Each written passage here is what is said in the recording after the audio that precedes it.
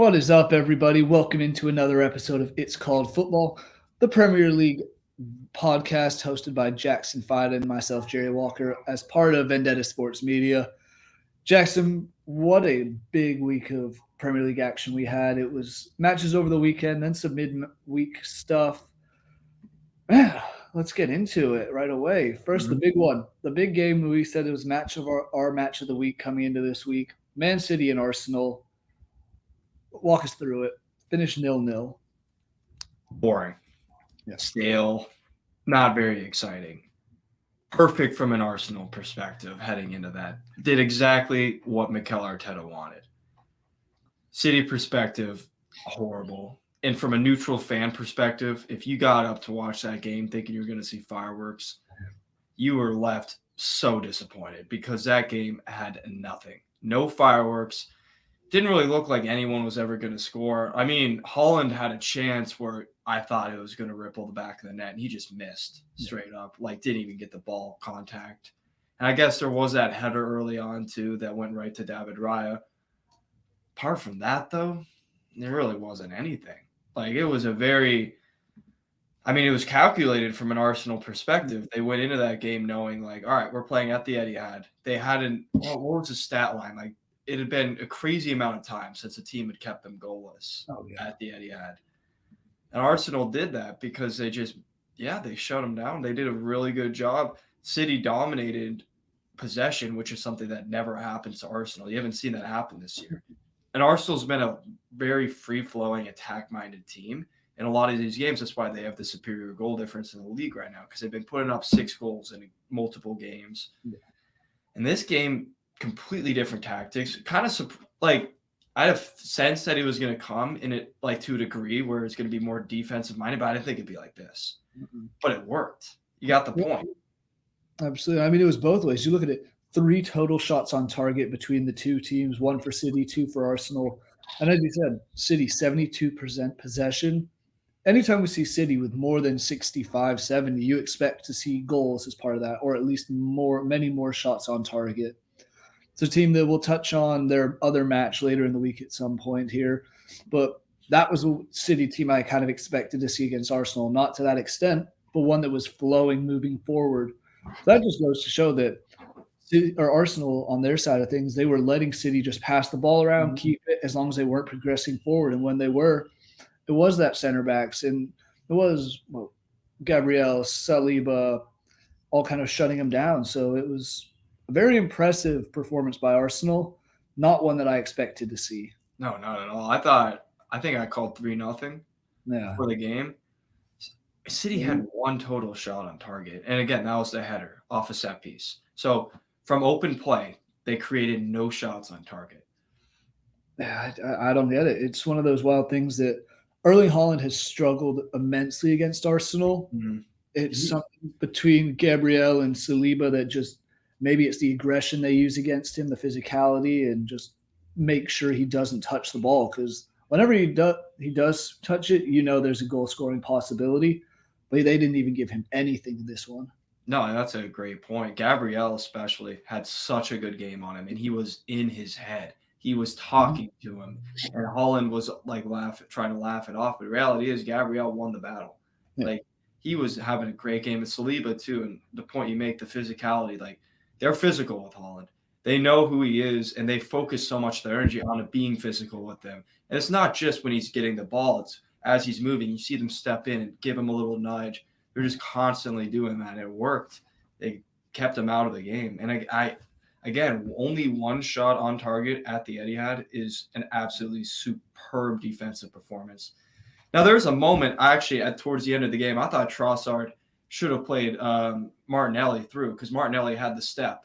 I don't know if you saw that. He had the step, and Trossard decided to go on his own. He had a shot. Now, he did get it on target, so you can't really get too mad, especially with the form Trossard has against City when he plays. He got that ball across. That was Martinelli through on his own. He's just don't get me wrong, it's a hard ball. He probably would have had to be an outside of the right foot ball. But if he had played that ball, Martinelli, I'm taking him with the pace to get a chance. That was the one moment where I'm like, that should have happened. That was the moment because you've been pinned in the entire game. And you sub in Martinelli so he can go and do that kind of thing because that's what he does. He just beats people with his pace. So I was hoping that play could have turned out better. Apart from that, though, pretty good game from an Arsenal perspective. I didn't go in thinking we'd get anything. And sure, Liverpool goes to the top of the table. The reality is I think all three of these teams will slip up at one point. So the fact that Arsenal did get a point and stays ahead of City for the time being is massive. Yeah, and that's the thing is there is still 8 matches left to be played for all these teams, and it is a very close race. I'm with you. I think everyone will slip up one way or another, whether it's just a draw or even that scary thing of a loss for one of them. Yeah. It's still wide open, and we'll get into detail on that at some point on one of these shows. We'll get a post out on what everyone has left to do. But for the time being, it's exciting. Liverpool now at 70 points after the 2 matches. Arsenal 68, Man City 67. Good stuff there. But going over to that other team that is now top of the table, they had a great week. This was a massive week for Liverpool, starting out with a one on Sunday at the same time, roughly, that Man City and Arsenal were playing. Liverpool, Brighton. And it was a little concerning for Liverpool, I'd say. 2 minutes in, Danny Welbeck with an absolute rocket. Mm-hmm. And talk about a job application from De Zerbi, eh? Yeah. Scoring that early. Yeah, and Brighton looked – I mean, we've been saying it on this show for the whole year. Brighton's a very good, dangerous team. Maybe not playing as well as they could in a lot of instances, but they are very dangerous. Mm-hmm. And when they're on, they are friggin' on. And they came out ready to go in that game. And it looked like this could be the one because when you get scored on as early as they did, everything changes because your whole game plan goes out the door. You're like, oh, crap, now we're chasing this for the rest of the way. We saw it with like the U.S. versus Jamaica where that early goal just set the U.S. back. Jamaica was able to sit in. You're wondering if something similar is going to happen here. Not the case. Liverpool just looks so good right now. And it's the grit that they have. We'll cover the next game here in a second, but they refuse to be beat right now, or they refuse to drop points. Yeah. They've been down or in tough situations, and they find a way. I think they've got 10 more goals in the latter stage of a game, like 80-minute on, than any other Premier League team. Yeah, some absurd stat. Yeah, like they're finding ways to win, and that's what I like about this Liverpool team. They don't always play as well as they could. They make mistakes, but they're finding ways to win. And that's what champions do. So, I mean, huge for them because Diaz in the 27th got the equalizer, then Salah in the 65th. They did kind of end up they had 30 shots in that game. Yeah, that was insane amount. And it really felt like once Diaz got that goal, it never seemed in doubt that Liverpool was going to pull it off. It's just amazing, though. They have just 2 losses this season. One of them was to Tottenham early on, and I think that was one of those crazy weird matches. And then 3-1 to Arsenal, which at that point we're thinking, wow, Arsenal might really be getting their act together, and this might be the year. But apart from that, Liverpool has just been dominating everybody. Yeah, they've had a phenomenal year. Again, only 2 losses at this stage is a staggering statistic. Like, that is crazy to look at. And that's why they're on top right now because Arsenal has 4 losses. Yeah. City also pretty impressive with 3, but 2 is actually insane. 21 wins, 7 draws, 2 losses. That's a phenomenal year. And I will say, just on the Brighton side of things, when we're talking losses, they're one of only 3 other teams outside of the top 3 that have less than 10 losses. So they're not an easy matchup at all for anybody. They do have 10 draws, 11 wins. So it's one of those things that maybe things could go their way or they've gotten lucky to get a draw at times. But they are a tough team. And this Liverpool win for them, it looked very comfortable from the moment Diaz scored. Yeah, it did. And they got the 3 points they needed. Set them off well. Heading into the Sheffield United game, you're thinking, oh, this should be enough. This should be easy for them. I think we predicted it as like this will be a cakewalk, nothing to it. Wasn't the case at all. I mean, Sheffield United was creating chances, especially early on. Now, we can talk about the goalkeeping mistake all we want. That was terrible. What a finish from Nunez. He finally gets one to work out for him. But all jokes aside, Sheffield United actually looked kind of dangerous at the start, especially on set pieces. Yeah, they really did. And I mean, the only goal that was scored for him ended up being given his own goal, but you have to force the ball into positions, force the defenders into positions to put the ball in the back of their own net. At this level, you should never be scoring on yourself unless something you're kind of forced to and pressured on you to, unless it's like an absolute mess up, which we've seen at times. Yeah. But it was Chevy United was doing stuff. They just weren't doing enough of it, in my opinion. Had 3 total shots on target, and it was the most lopsided possession battle in Premier League history. Yeah, 83% to 17. It was after they looked dangerous at the very beginning. Looked like they might be able to do something then. Yeah, after that, yeah, like you said, the game completely changed. But even then, it took till the 76th minute for Liverpool to finally get over that hump.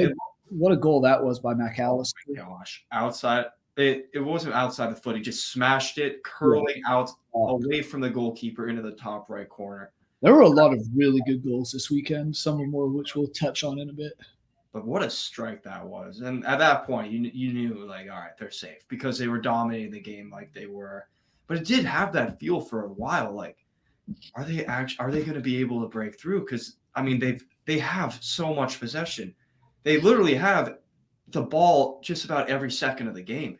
But they just couldn't break down that back line to get the goal. And before that, again, the only goal that was scored came off a goalkeeping mistake when he kicked it into Darwin Nunez's ass. And it just went in. Like, so it kind of had that feel to it, like, oh, this just might not be their day. But again, this team's got grit like no other team I've seen in a while, I feel like. Like, they're finding ways to win. And I mean, it goes back to what we've said time and time again. They actually have something to play for this year, or someone to play for. They are playing for Jurgen Klopp. They messed up in the FA Cup, so they want to win. And you saw how excited they were when they won the Carabao, the EFL Cup. They want this Premier League title more than anything else to send it off on the high note. Yeah, I think they want it more than any other team. City's coming off the treble win. They've won it all. Sure, they're competitors. They want to win, but Liverpool, they want it more than anyone, I feel like. More than Arsenal, I think they just want it more. And I think we're seeing that in these results. They just want it. And I'll be curious to see how they go go into this game this weekend and how they do. We'll touch on that here in a bit. But, I mean, right now, this team, they just look like a team possessed and a team, like you said, that's playing for something bigger than themselves. And, yeah, they look like the team that wants this title more. They're scoring late winning goals, and that's something that champion-level teams do. Mm-hmm. That's something we saw Man City do last year is they batter all the bottom teams, but when you play a decent side, you do get the win, however gritty it might be. And that's what I'm seeing out of Liverpool this year. I am going to be curious to see how they do in the Europa League still because they are in the quarterfinals against Atalanta coming up. See if that takes any of their focus away from the Premier League, but who knows? Maybe we'll get another treble this year of the Carabao Cup, the Premier League, and the Europa League. It's a little second-tier treble. Yeah, exactly. Second-tier club competition, second-tier European competition. But, hey, it's still trouble. Anytime you can win 3 trophies in a year. It's great. Yeah. Team that is looking not like they're going to win any trophies anytime soon, and probably the biggest dumpster fire of the whole week, Man United. Oh, man, what do I got to say about that? First of all, I thought they got it done. Mason Mount finally gets on the score sheet in their first game on the weekend against Brentford. Scored in the 96th minute to make it 1-0. Doesn't hold up. 99th minute, virtually the last kick of the game. Ivan Toney, absolute masterclass there. Dribbling through the defenders, finds Christopher Ayer, who puts it away at the death. 1-1. Brutal result for Man U there. And you want to hear something incredible about this? Brentford had 31 shots, apparently. Jeez. Yeah. I didn't even realize that. 31 shots, only 5 on target. But they had 31 shots. Unless that's an error I'm seeing here, 31. That's crazy. I was working, but one of the guys I worked with, a big Man U fan, so we had that on and we were watching it. There was a stat at halftime that they showed Brentford did something like 83 touches inside the Man U box, whereas Man U had 17 the other way. It was absolutely absurd. And I think Man U was lucky that they even got a point. They 100% were. And this just highlights. Very much could have lost all 3, and it could have been a brutal blow to them. Yeah, and sure, technically they had a little bit more possession because they had 53%. But at that point, it's basically even. And Brentford was the one creating chances. Like you said, they were in Man U's box way more than Man U was in their box. And again, Man U, but the thing is, they had it. You know, sure, maybe Brentford's looking dangerous, but of those 31 shots, only 5 are on target. Yeah. So that means they're not creating completely dangerous opportunities the whole time. And you suddenly take the lead in stoppage time. You should have it. At that point, you should have it. Like that. You get the 3 points. Wasn't the best. It was a tough game, and you walk out of there. But then, yeah, they completely fall apart. Yeah. Defensively, 3 minutes later. They honestly looked like they lost focus completely. And Ivan Toney, I don't know if you saw the goal or not. Ivan Toney got the ball and dribbled down around the goal line. Just no one stepped on him. And then cut back. No one was looking at any of Brad, because I don't think Ayer was the only one. No, there was probably 2 or 3 in there, and he was just the one that the ball fell to and dropped it at home. Yeah. This is one that I picked Brentford to win, I think, on our show last week. Yeah. Hey, I'll take the draw. We'll take that for him. But this was as exciting as this was. It wasn't the exciting Man U match of the week. Nope. It wasn't the one that probably stung them as much. Midweek, they go to Chelsea. And we both predicted, I think, Man U was going to win this match. I think I said it was either going to be Man U or it was going to be – this is what I expected Man City and Arsenal to be. I expected these matches to be flip-flopped in terms of excitement. Man, 4 minutes in, Conor Gallagher gets Chelsea ahead. Cole Palmer, 15 minutes later, makes it 2-0. At that point, you're thinking the Blues are going to run away with this one. Mm-hmm. And Garnacho steps up. Bruno Fernandes finally scores. It feels like too. Barely been scoring, but yes, it was. So it goes into the half at 2-2. Second half, Garnacho gives Man U the lead, makes it 3-2. And it really was 3-2 until after the match should probably have been over. I think there was given 8 minutes of stoppage time. In the 10th minute of stoppage time, Cole Palmer scores a penalty. Maybe Diego Dallo, man. I feel bad. I think he fell, but come on. But you can't be giving anyone that risk, especially away at Bridge. You just gotta let him go at that point and trust that your keeper or your other defenders are gonna bail you out. Yeah. And again, I think he fell. I think he just lost his footing and fell, and he looked devastated when it happened. But yeah, you gotta let it go. You gotta pull it as soon as you realize, because Madwicke had him beat, you gotta just pull out. Yeah. But you can't give the referee anything to call. Don't give him the option to blow the whistle, because in some situations the penalty is given like this one, no matter what happens. Mm-hmm. And a minute later, Cole Palmer from a corner kick. We'll touch on the corners here right after of what Man U's defense didn't do, like always. Mm-hmm. Cole Palmer gets the ball, rockets a shot in from just inside the box, bounces off a Man U defender into the back of the net. 4-3 Chelsea, and the Blues hold on to win in an absolutely remarkable match. But that corner, what is Man U doing? That's watching it. It made no sense. You're completely wide open. I think I didn't even notice this. You pointed this out. There are 3 Man U players pointing at Cole Palmer, but no one actually doing anything. Literally had probably 10, 15 yards all to himself. Yeah. The man who is Chelsea's leading goal scorer, is one of the leading goal scorers in the whole Premier League, just scored 2 on you. Granted, there were 2 penalty kicks, but he still scored 2 goals on you, and you leave him wide open with a chance to put the ball onto his left foot and have a strike from 18 yards out. What do you expect? It was absurd, and it gave him the hat trick, and it's just this seems to be the issue time and time again. Even the Brentford game, Man U's defense completely caught sleeping. The Chelsea game, terrible defending half the time. Anytime you give up multiple penalties, something's wrong. It is. Your players are getting beat, and then they're fouling because they can't catch up in time. Or something in Dallo's situation, unfortunate, but he still fell over and knocked him down. But Man U, and I thought they were going to come out flying after the international break, considering their last match was a win against Liverpool in the FA Cup. They looked atrocious in that second half, but was a tale of kind of just a crazy game. 2-0 to 3-2 to 4-3, just like that. I think this might have been the match of the season so far. Oh, it was in terms of goals and just overall change and flow of the game because like you said, 2-0, then suddenly back 2-2, then 3-2 Man U. Looked like they're going to get this win, huge for them. And then out of nowhere at the end, beyond what we were supposed to have allotted for stoppage time, we get 2 goals from Chelsea to win it. It's like and from a neutral perspective, great game, and obviously Chelsea perspective, I do think Poch has things kind of moving in the right direction a little bit. Still not even close. I mean, they did tie a 10-man Burnley right before, so you can't go and say, oh, he's got this all figured out. But there are promising signs that I feel like we've seen when Chelsea plays better teams. Like, think about all the City games. They actually look pretty good in the City games. I haven't lost them. And in this game as well, I think Poch has got him doing all right. But from Eric Ten Hag's perspective, this game is your season.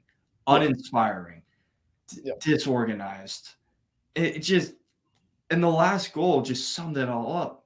How you have experienced players, Rafael Varane, Casemiro, Bruno Fernandes. Like, you have experienced players. Onana played in a Champions League final a year ago. How is no one saying, go pick up Cole Palmer, or at least step near him? You don't have to be right on him, but at least be in the general area. And that's what I don't get, because they were pointing it out to him.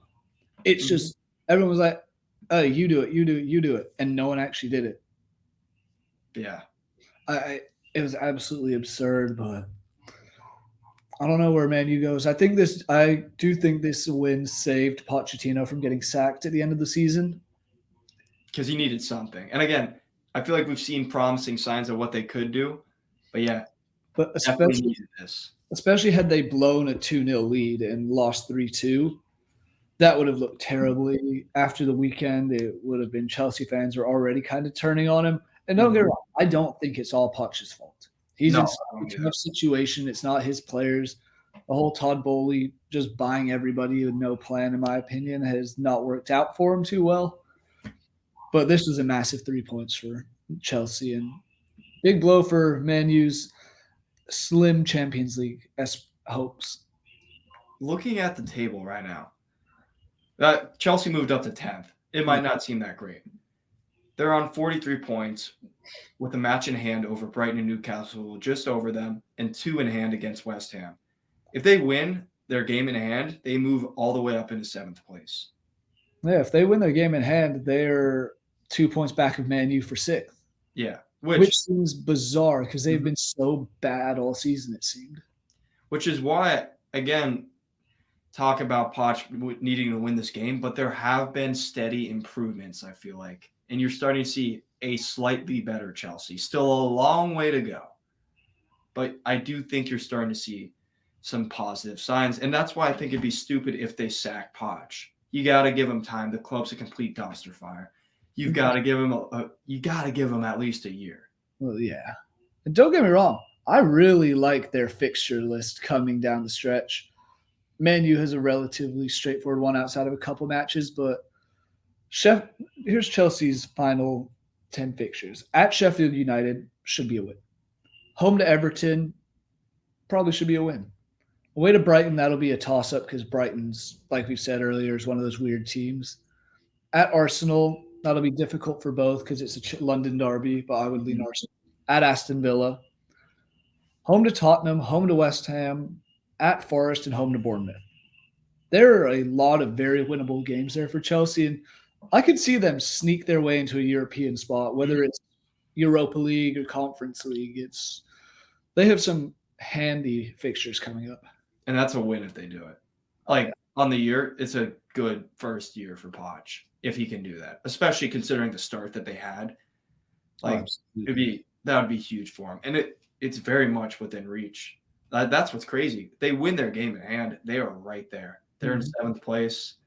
Is that going to get a spot? That might even get a European spot. I don't know if it will. 7th might get Conference League. Yeah, it might get Conference. Because, Liverpool won the Carabao Cup. unless something crazy happens in the FA Cup, it'll likely be City or Man U or Arsenal. No, is Arsenal still in it? No, we lost. We lost to Liverpool. Oh, that's right. Yeah. Why am I blanking on who's still in the FA Cup? Coventry. It's Chelsea. Yeah, Chelsea, City, Coventry, and Man U. So unless Coventry, Coventry, but yeah, unless Coventry wins it, likely the 7th place will be getting a chance there. Unless Man U really falls apart. Yeah. Hey, and that's another way right there. Chelsea just wins the FA Cup. You get Europe. It's gonna be tough playing Man City in the next round, or in the semifinal. But who knows? And in this Man U and Chelsea match, we saw 2 of the better young players in the Premier League. And I'll throw a third in there in Phil Foden. We have Cole Palmer, Garnacho, and Foden. Of those 3, who do you think is the most promising? Who do you think has the best, brightest future? Because they're all playing out of their mind. Mm-hmm.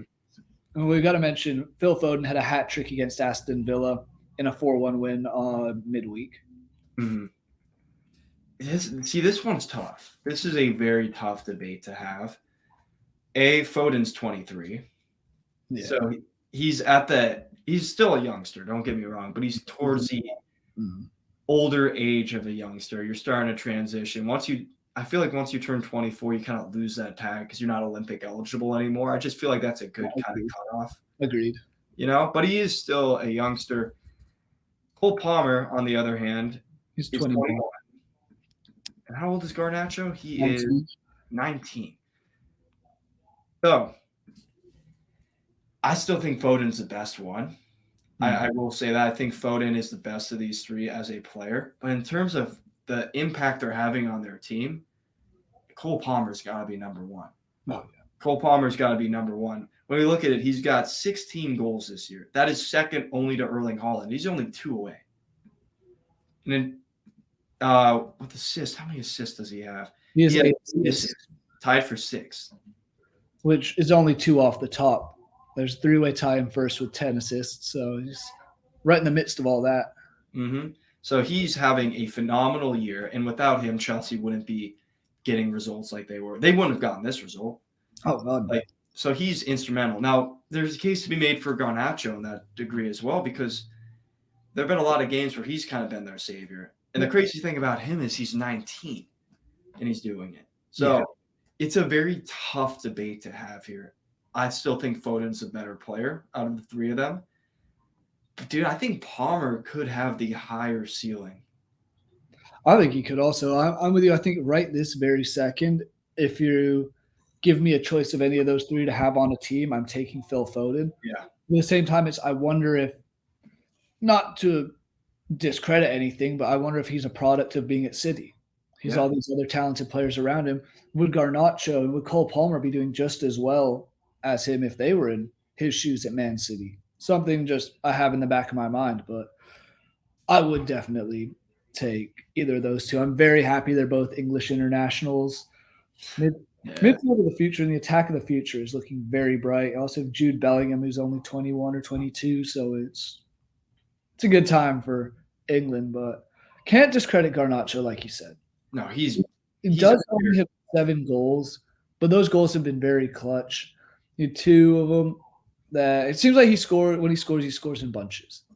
He scored 2 against Aston Villa in a 3-2 win, 2 against West Ham, 2 against Chelsea now. So it's one of those things. And he had a big assist against Liverpool in the FA Cup right before the international break that helped them win. The winning assist. So he's a very interesting player to me. I don't know exactly which way he's going to go because he's still so young and so new. Yeah. But they're 3 very, very fun players that I'm hoping we can watch in the Premier League for a long time to come. Yeah. No, they certainly are. You brought up a good point there with Garnacho. Like, he's 19. Is this just a one-season kind of deal? Or is this going to be consistent? Now, you could say the same thing with Cole Palmer a little bit because he wasn't really getting regular time at City. Like, we knew he was good. We knew he was good. We knew he had ability, but he wasn't getting that time. So maybe that's also a testament to Foden here, just throwing that out there, because Foden is getting that time, That's true.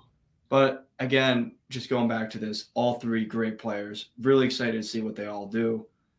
I think Palmer could have the higher ceiling, but I think Foden's more likely to be the one who ends up being the cream of the crop. And that's just because of the fact that he's at City playing with those players. He's going to win titles. He's going to do this. It's hard to argue with that. Oh, 100%. And this is why it's fun to have these conversations, because you never know what we're going to see come the summer, come next season, 5 years down the line for these guys. It's great stuff, and very excited to have all these youngsters going. There are a few more matches I want to talk about briefly before we hop into kind of this upcoming weekend, which doesn't look that exciting on paper. -1 game. -1 game. Yeah. Yeah, that almighty Nottingham Forest and Wolverhampton and Wolves. Of course. No. But there were some crazy comebacks this weekend. Mostly on the weekend slate of fixtures, not as much midweek, but I'm going to kick it off with one of those. Newcastle, West Ham. Newcastle was down 3-1 in the, 3-1 in the 48th minute. Jared Bowen scored. Yeah. Alexander Isak gets a goal off of a penalty in the 77th to make it 3-2. Harvey Barnes scores an absolute cracker at the end, I guess his second. That was the last one, goal. Harvey Barnes scores to make it 3-0 in the 83rd minute, and scores an absolute cracker in the 90th minute to make it 4-3 and take all 3 points for Newcastle. You see that game? Oh, yeah. That was incredible. That was such a great way to start off the weekend. Returning back to Premier League action, and you get it with that game. Oh, that was beautiful. Harvey Barnes off the bench. Now, it sucks for Newcastle that he's had the kind of injury-ridden year that he had. Something that he always seemed to have injuries, which that's I feel like that's the thing holding him back, because watching him play, dude, that's what he can do. Like, he is a baller. That last goal, beautiful, unsavable. Yeah. You could have multiple goalkeepers, and I don't think they're saving that one. It's just picture perfect. But on the other side, what a collapse by West Ham. Yeah, they've been a little disappointing recently. I'm not gonna lie. But I mean, had they won that match, they would be tied with Man U in 6th on points. Instead, they're a point ahead of Newcastle in 7th, but Newcastle have a match in hand on them, so they could very easily fall to 8th in no time. It's West Ham's kind of slipping up a bit. They were fighting for Champions League early on in the season. Then they were like, okay, Europa League probably, and now they're on the verge of missing out of Europe next season altogether. That'd be a disappointing fall down. Yeah, it definitely would be, because they've shown glimmers of being such a good team. Even in this game, you're up 3-1 on the road, and you just let it all fall. And here's the thing. They scored within the first 5 minutes of the second half starting. So that should have thrown Newcastle completely off. It's not 2-1 anymore. It's 3-1. You should be able to go on and manage the game. There's no way you should allow them to score 3 goals on you. That is terrible. That's poor leadership. I don't know. I don't know what happened, but that's just unacceptable. Now, I don't agree with people who are calling for David Moyes' head, because before David Moyes got there, West Ham was struggling. They were towards the bottom. They had some relegation scares. Now they're looking at a year where they could finish to like 8th or 9th as a bad year. That's a huge improvement. So I think it'd be stupid to fire David Moyes, especially after the success he brought them last year. Oh, absolutely. But yeah, I mean, they're definitely slipping up a little bit right now. Still time to finish strong. But I mean, and again, it's not like they were playing bad teams in these last 2 games. They got a point out of the Tottenham game. But again, you fall behind early in that one. So that's a lack of discipline right there. And then in the Newcastle game, you're up 3-1, and you let them come back and win 4-3.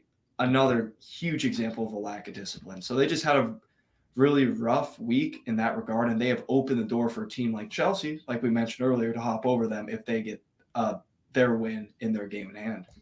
Yeah, and this just continues a trend. It's been a rough month for West Ham outside of their 5-0 drubbing of Freiburg in the Europa League, which sets them up with a very, very tasty clash against Bayer Leverkusen. It's going to be a rough one. That is going to be a good old time. So, but otherwise, early March, They played Burnley. They needed a 91st minute goal from Danny Ings to even get a point out of that and not lose to one of the worst teams in the Premier League. Mhm. Then they conceded in the 79th minute against Aston Villa to draw 1-1. Now giving up giving up a 3-1 lead against Newcastle. Sure, they got the point against Tottenham, which hindsight, they gave up a goal 5 minutes in, so coming back, not bad. This West Ham team has not looked at all like itself the last few matches. No, not at all. And they do have some favorable fixtures coming up in the near future, but when you look at our future, they got to finish 3 of their final games. You got Liverpool, Chelsea, City. That's a tough way to finish. Yeah, absolutely brutal for the bubble blowers. So we'll see what they can do. Newcastle will be without, or I guess they probably played already without Anthony Gordon, as that was the weekend match. He was shown a second yellow and given a red card. Alexander Isak, I just want to talk on him briefly.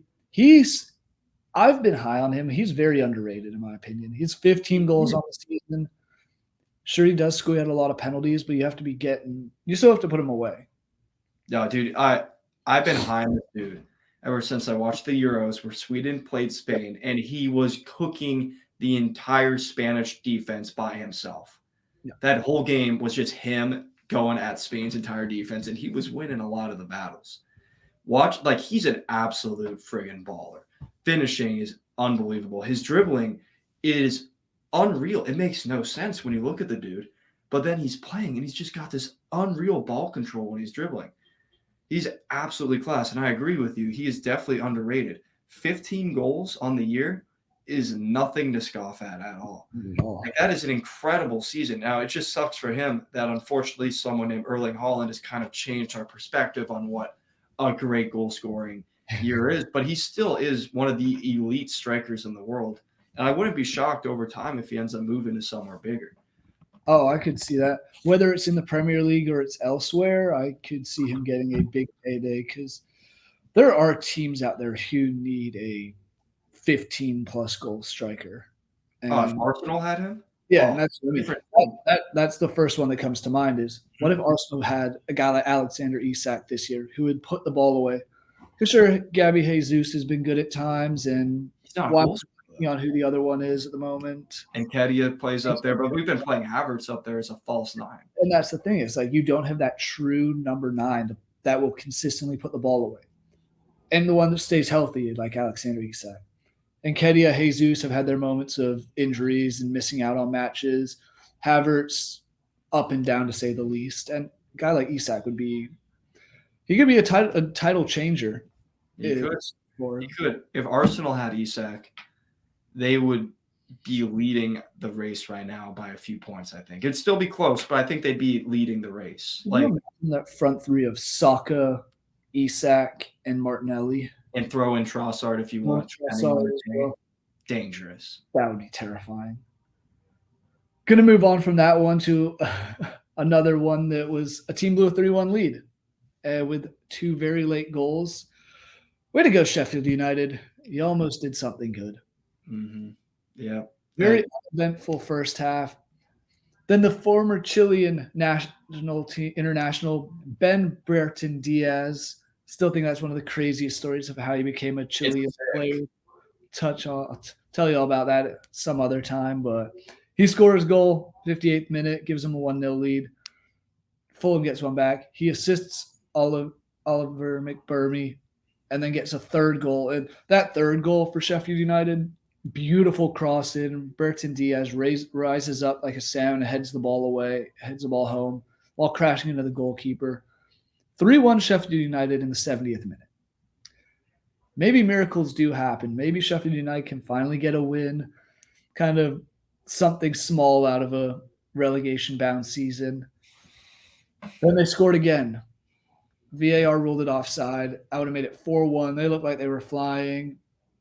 Then a minute after he gets subbed on, Bobby De Cordova-Reid scores to make it 3-2. Then extra time comes, or stoppage time comes, 93rd minute, Rodrigo Muñoz finishes it off, and 3-3. Brutal blow for Sheffield United, just even more of a dagger in the hearts of the Blunts fans, or Blades fans, I guess. And like you said, they looked good. Like, Yeah. And they should have gotten the fourth if it wasn't for VAR. Obviously, it's going to get called back, but they were in a position to score a fourth like that, and it would have been 4-1. Game should have been over. Game should have been over at 3-1. Yep. But again, it's a lack of discipline. It's a team that looks like they deserve to be relegated, and this is a prime example. When you're up 3-1, you've got to see the game out. You've got to finish the game out. There's no way you should give up 2 goals after the 85th minute. There's just no way. Now, great result from Fulham because you're going to lose to the worst team in the Premier League, and then out of nowhere, you get a point out of it. So you'll take that because you were dead, and then you got a point. Huge result for them in that regard, especially for morale. Yeah, and then they go and lose 3-1 to Nottingham Forest in the midweek. Yeah, so obviously, it didn't help too much, but still, point. Yeah. It should have been more. Like, they should have had a better chance, but they still dominated possession. That's why it was so weird to me this match. Watching highlights and the little bit I did watch is Fulham had 74% of the ball. They had 9 shots on target, something like 27 or 25 shots overall, compared to Sheffield United's 8 total shots, 4 on target. Yet they finished 3-all. Maybe it wasn't deserved that they ultimately got the draw in the end, but they did not look good. No, they did not. Compared to what the stats might say. Hey, you're up 3-1. You're up 3-1. You got to finish out the game. There's just nothing else to it. It's that simple. I'm just saying maybe they should sign Kevin Durant. His past teams have known something about blowing 3-1 leads and him coming in and helping save the day. There you go. No. But then Fulham, like I said, they messed up against Nottingham Forest 3-1. So that leads me to another topic of conversation of the gap at the bottom is starting to open up a bit more. Mm-hmm. It has been more or less 1 point for majority of the last few months.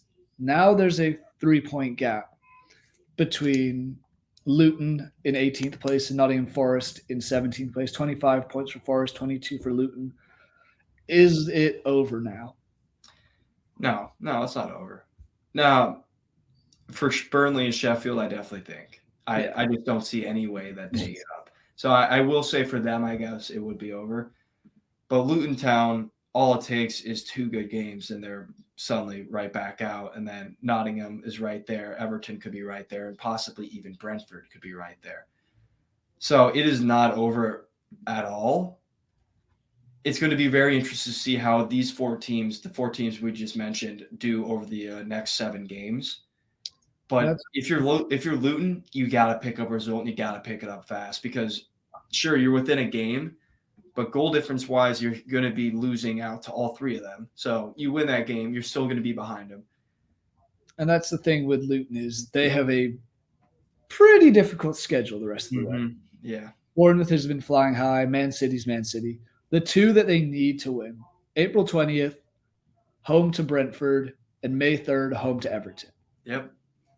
Screw the other 7 matches they have left, or 6 matches. These are the 2 you need to focus on. Need to win those. Those are must-wins. If you drop points at all in one of them, you are likely done.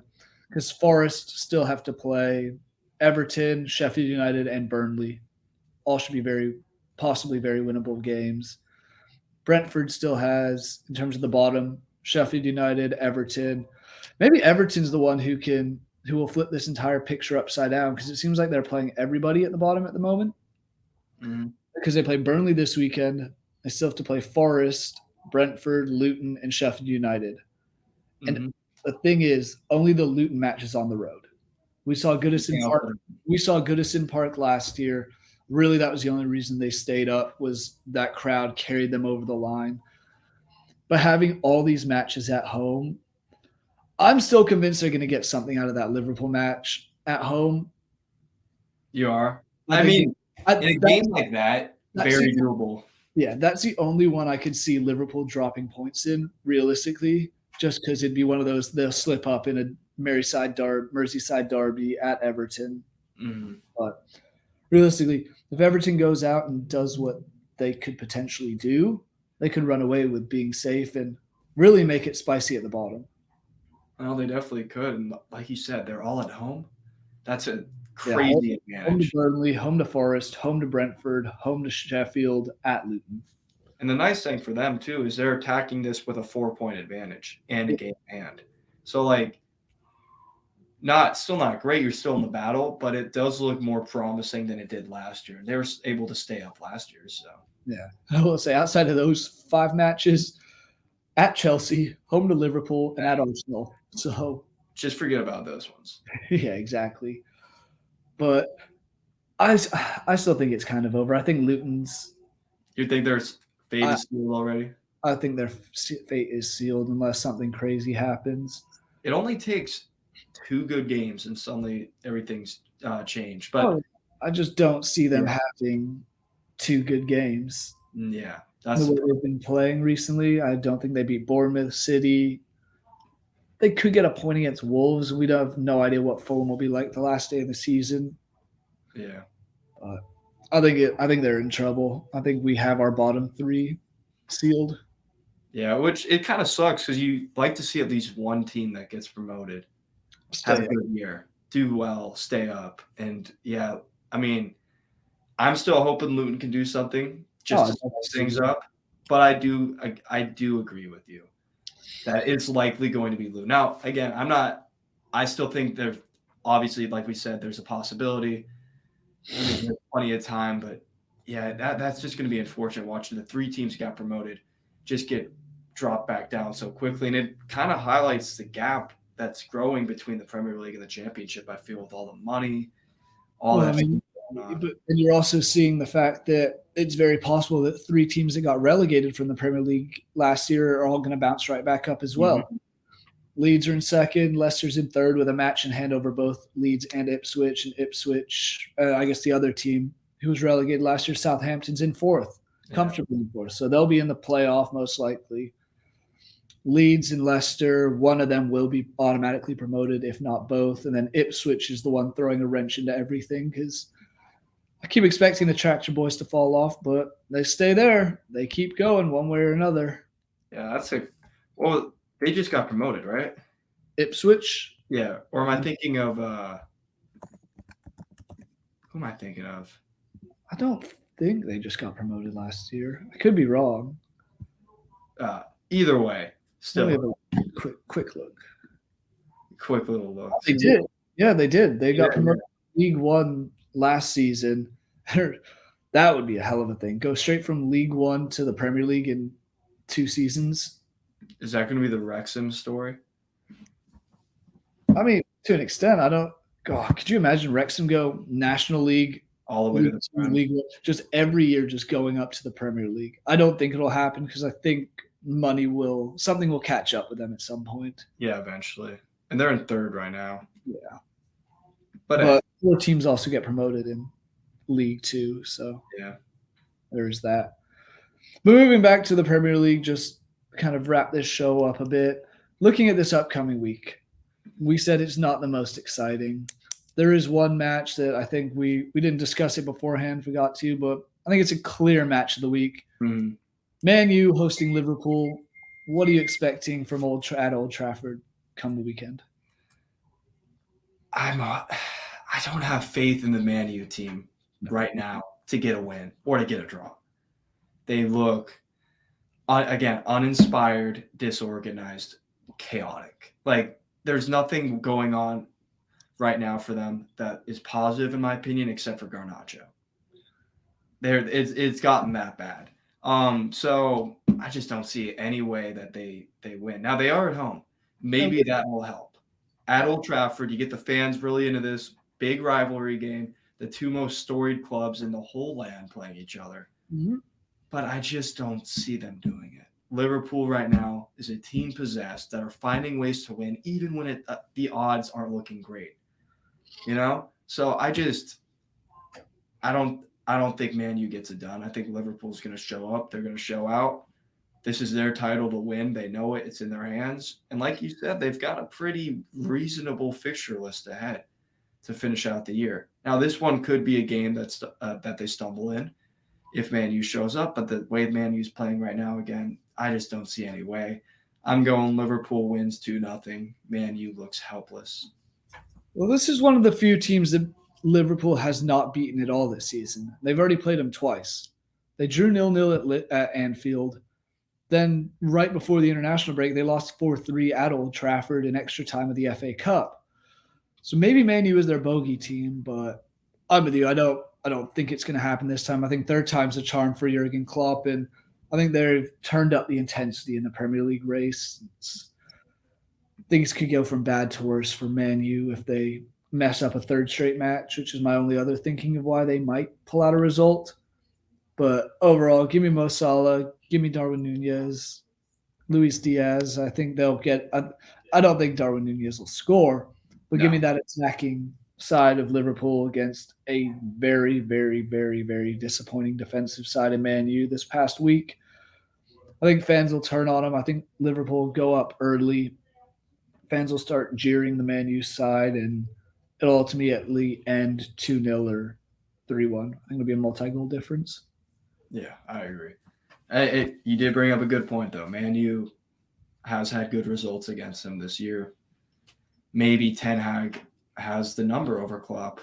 That happens sometimes where managers just know how to beat another manager. They know how to beat another team. But again, just with the way they're playing right now, I think we both can agree, like, Liverpool should win this one, and they should be fine. Very much so. The only other one I had written down of kind of any note was Brighton and Arsenal. Do you want to go in depth on that at all? Yeah, we could, because I do not feel confident in this one at all. But you also said that going against Man City. I know. And that ended up as a draw, but you don't feel good about going down south to Brighton? I don't. I really don't. And look, Arsenal should win this on paper, but we've seen what this Brighton team can do when they're on. And I just have a really bad feeling about this. Now, they could just be the Arsenal fan of me talking, because I've seen nothing but disappointment after disappointment after disappointment every damn year of my life. But this game just scares me. This feels like the one where we slip up. You know, you get through the City result, and then you get 3 points right after that. You're feeling pretty good about yourself. Everything's within touching distance. But this just feels like the one that we're going to slip up in, especially because of what's coming at the midweek.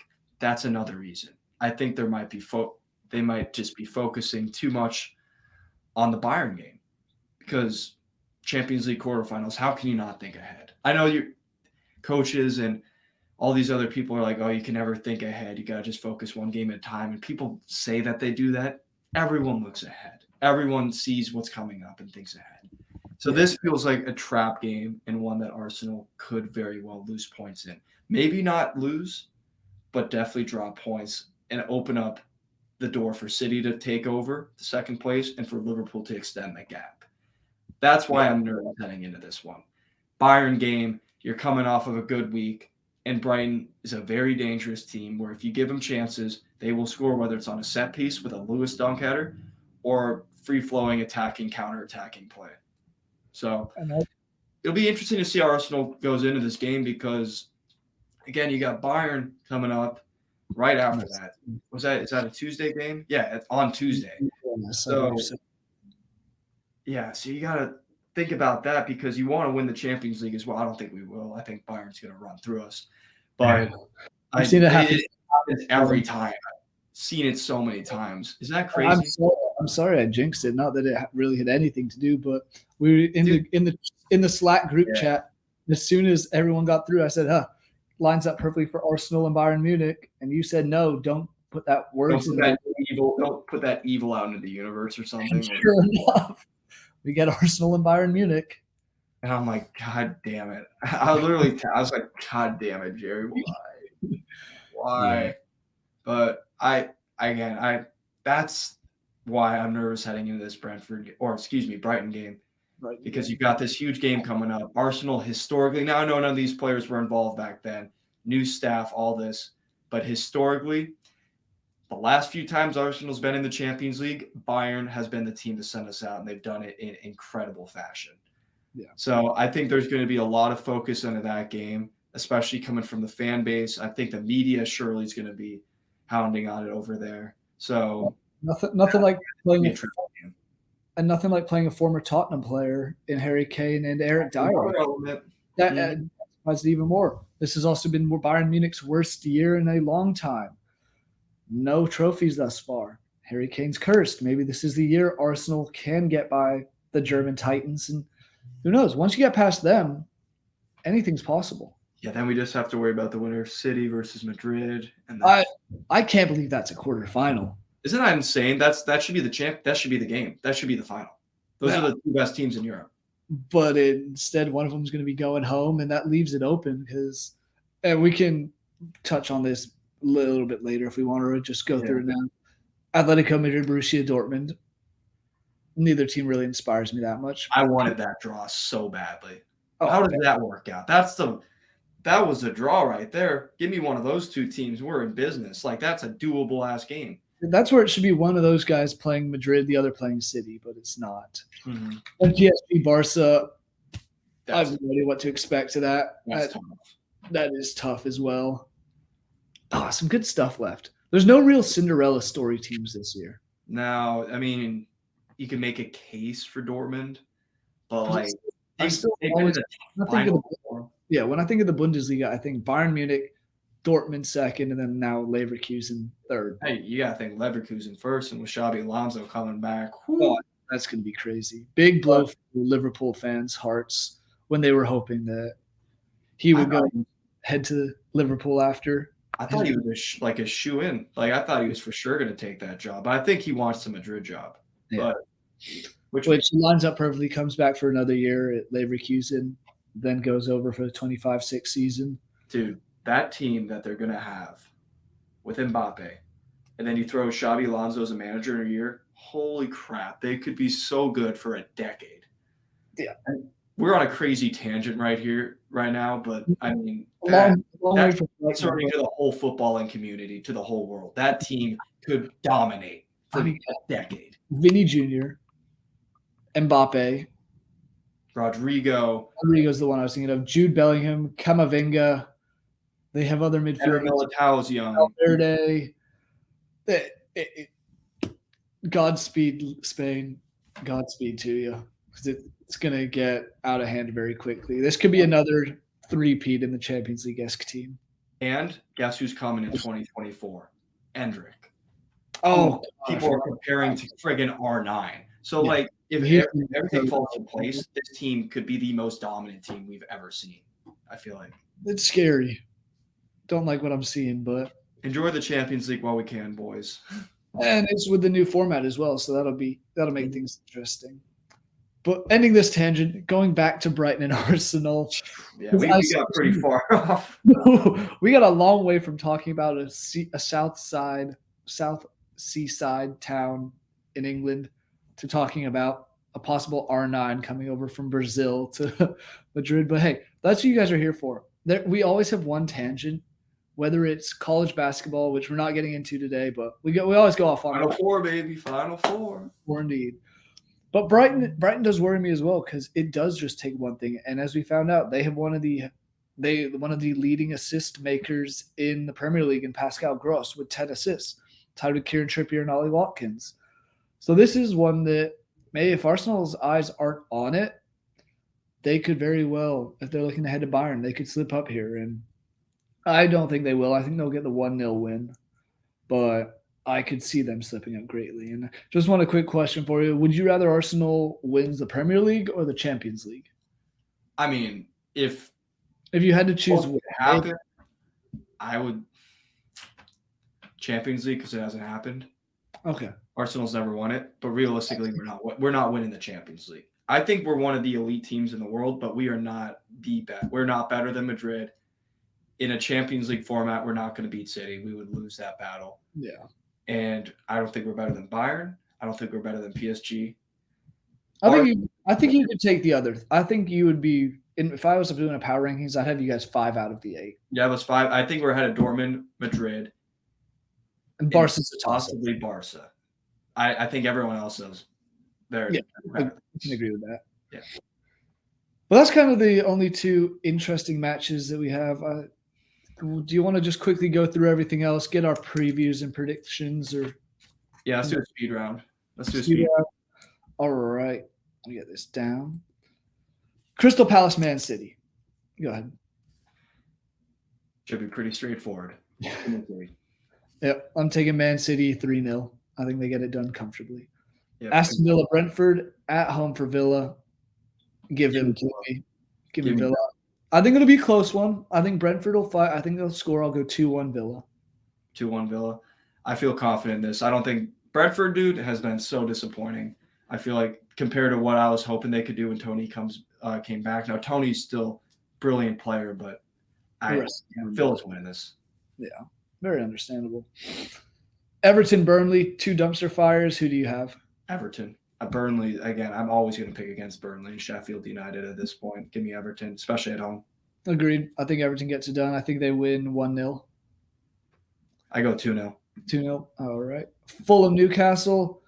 This is one I can't get a read. This is a sneaky game. Mm-hmm. I'm going to lean Fulham just because they're at home and they can't be as bad as they have been the last 2 matches, whereas Newcastle has been high the last couple matches, and they're going to go like this. Yeah. And that's what both their seasons have seemed to be doing. So give me Fulham.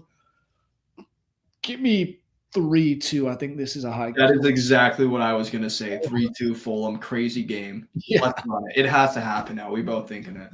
Yeah. Luton, Bournemouth. Give me Bournemouth. They've been much better. Luton's been dog shit as of late. Yeah. Give me 2-0. 2-1 Bournemouth for me. Wolves, West Ham. Who do you got? This one, I'm having trouble with too, just because West Ham is just having a nightmare of a run of form recently. So because of that, I'm going 1-0 Wolves. Okay. I'm going the opposite. I think West Ham – oh, no. I think West Ham gets it done after a disastrous run of form. I think they eventually have to get a win. I think this will be the one. Give me 2-1 Wolves or 2-1 West Ham. So I think they get it done on the road. Already talked Brighton, Arsenal. Already talked Man U, Liverpool. I'm assuming you're going Chelsea on the road against Sheffield. Always pick against Sheffield United. Insane. Agreed. Give me Cole Palmer with a brace. Give me 3-0 Chelsea. I was going 2-0. And last but not least, on Sunday afternoon, Tottenham Hotspur hosting Nottingham Forest. I'm going Tottenham, but this is one I can see them slip up with. Again. That's what I was just going to say. This has got a point for Forest written all over it in my mind. I'm going 1-1. Okay. I don't know why. I actually don't. I don't have any rhyme, no reason. On paper, Tottenham should win this or at home. But Forest is starting to actually look maybe a little better, maybe. I don't know. We'll see. We'll see what happens in this game. But I gut feeling 1-1. My gut feeling is this is very similar to the Tottenham-Luton match that happened last weekend. Luton took the early lead and Tottenham fought back to score twice. Give me 2-1 Tottenham. And that's all she wrote. Mm-hmm. Will say I'm a little bummed I'm working all weekend because they have the Premier League Fan Fest in Nashville. Yeah, I was thinking about that. Not able to go to that. Also didn't get – Just call him sick. Yeah, I could, but also I'm probably going to make a ton of money because we're one of the few English pubs in Nashville, so everyone just comes, yeah. The 40,000 fans coming into town will come over here after. We'll see. We'll see what happens. Either way, a lot of exciting Premier League action coming up this weekend. Thank you guys for watching. Make sure you click that subscribe button so you don't miss any episode of It's Called Football. From Jackson and I, we'll see you guys next week.